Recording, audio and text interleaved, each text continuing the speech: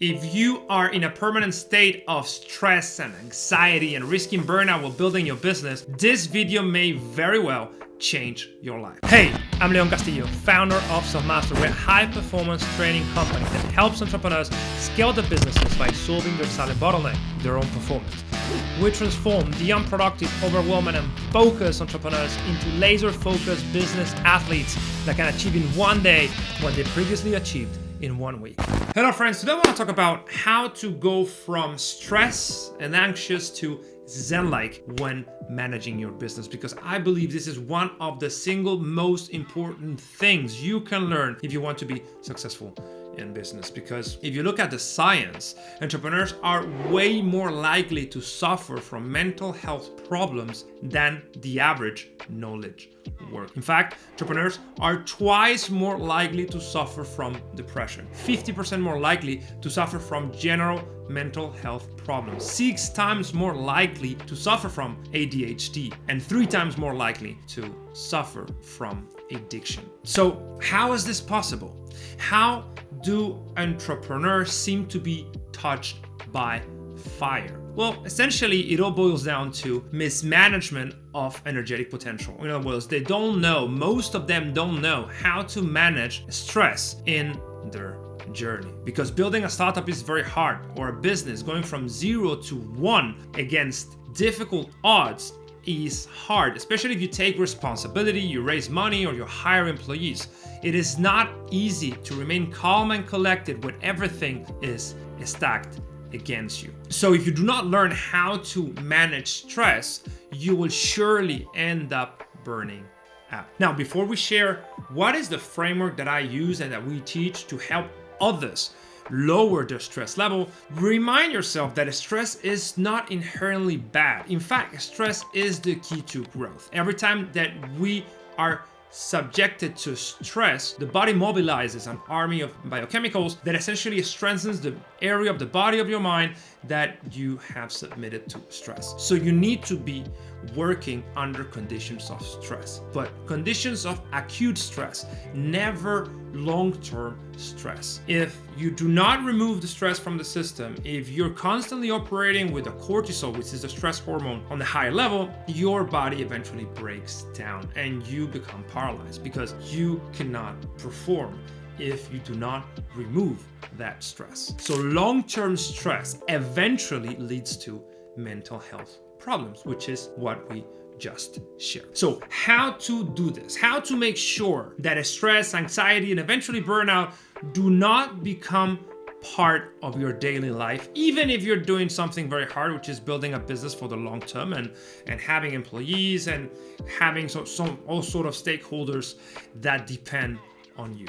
Well, by following this simple framework. Step number 1 is knowing what is the plan. Having a clear destination and a subset of systems that you know that if executed, you will get there. This means that without this clarity, it is very easy to fall for shiny object syndrome, which is where most people eventually fall into. Having a clear plan is the best way of fostering the clarity you need. That's step 1, having a plan and knowing the systems you need to follow. Step 2 is essentially pruning everything that is not aligned with that journey, with that path, with that destination. Everything that seems interesting but is not what you know for a fact that will take you to the next level has to go, because it's just a shiny object syndrome. Steve Jobs said that the key to focus is doing less, not more. By focusing on the macro, on one thing that is extremely important for you, you become better at saying no. Because everything you say yes to that is not aligned with that mission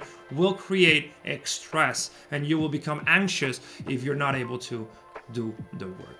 The more things you do, the worse the quality of the work you will perform, and that will also create anxiety, right? So prune out, remove everything that is not aligned. Now, number 3, track your progress with adequate tools. If you keep showing up in your work with a to-do list, if the first thing you do in the morning is a brain dump to see what you should be working on, let me tell you, you are already losing, because that's how amateurs work. Professionals have ideally personal dashboards or project management tools and apps that tell them how does the current work they're actually performing relates to the end goal, so they do not fall again for shiny object syndrome. If you create a to-do list, and we have a video on this that I'm gonna link somewhere here, you're prone to overvaluing meaningless tasks and undervaluing crucial tasks that eventually end up bringing stress and anxiety into your work. So never use a to-do list, use a dashboard or a project management tool. 4, audit your environment. This is crucial because in your environment you have anxiety and stress triggers, and that environment can be physical, or it can be people, or it can be digital. Everything and anything that triggers that stress, a bad relationship, a toxic co-work, the ping and buzz of your phone, whatever it is that is creating stress in your life, has to go. As you can see, it's all about just entertaining the natural stress that comes from the journey and not accepting any stress that it is not related to that journey, right? So architect your environment. And then number 5, work like a top performer. See, if you look at the science of peak performance, you see that every top performer out there, it doesn't matter if it's in the arts, in business, in sports, all of them work in the same fashion, which is either 100% on or 0% on. Either you're exerting extreme pressure in order to grow, in order to train, in order to perform, or they're resting very hard so that they give their bodies the ability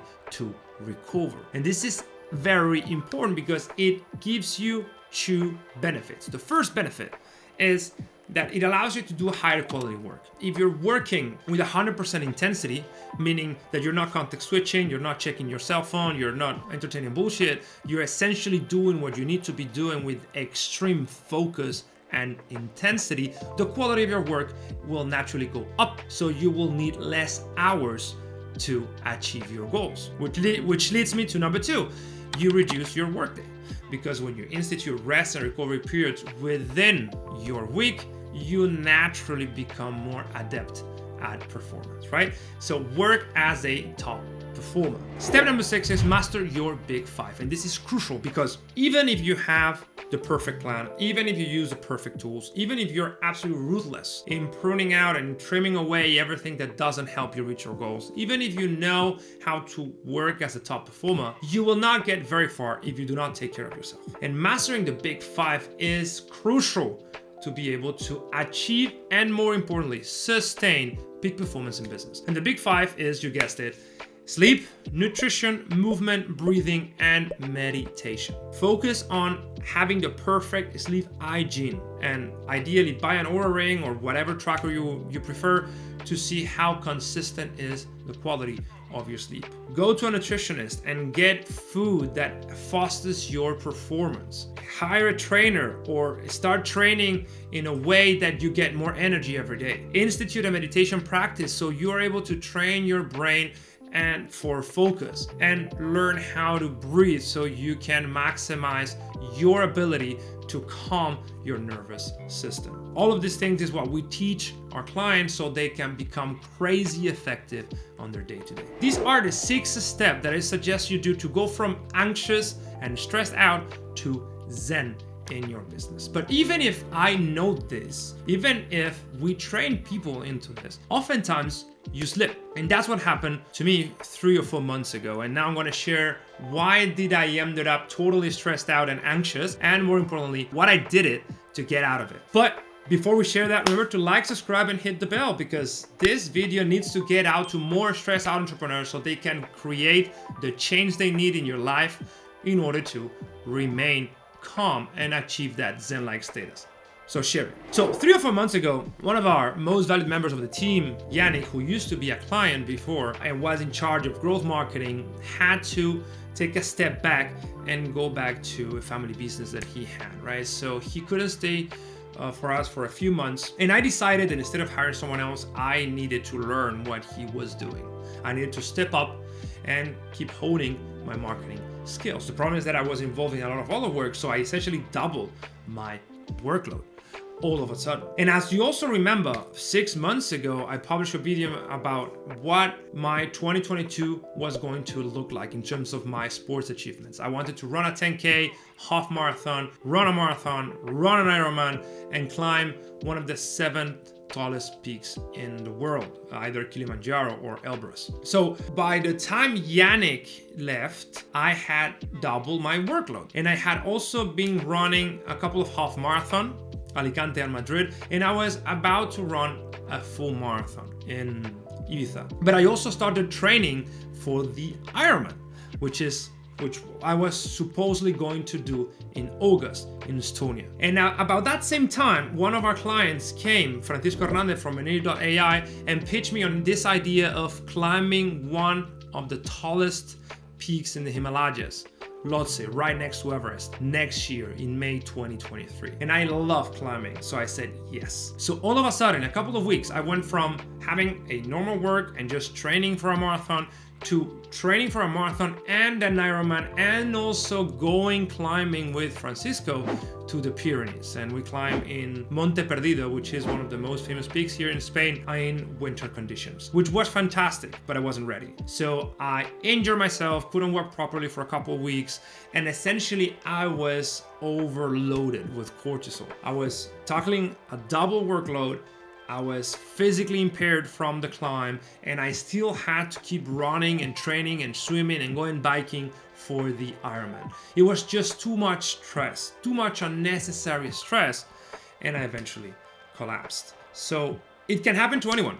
So I really challenge you to think about what are you doing in your life that is not strictly necessary. Because now I think about it, and it was obvious that Lhotse is pretty cool, climbing Lhotse is pretty cool, but it is not really aligned with IPOing self-mastering in the New York Stock Exchange, which is the goal. Ironman and marathon is pretty cool, but it's probably, again, not the number one priority of what I'm trying to build this IPO bootstrap company. So I started slashing away everything that I knew was not aligned with the goal, and eventually my stress levels went down. That doesn't mean that I stopped exercising, quite the contrary. I went back to the gym and I started bodybuilding. The point of the story is that it's very easy to deviate from what we already know and start doing things that are just not aligned with the goal. So please, if you want to go from anxious and stressed out to Zen-like, you know what to do. Define a clear direction, trim away everything that is not aligned with that. Use tools that prevent you from falling to shiny object syndrome. Audit your environment to remove all anxiety and stress triggers. Learn to work as a top performer and master the big 5 healthy habits. If you do this, there's no way you do not start performing in a Zen-like state at the peak of your potential, which is the number one step you need to achieve if you want to make success a possibility. See you in the next video.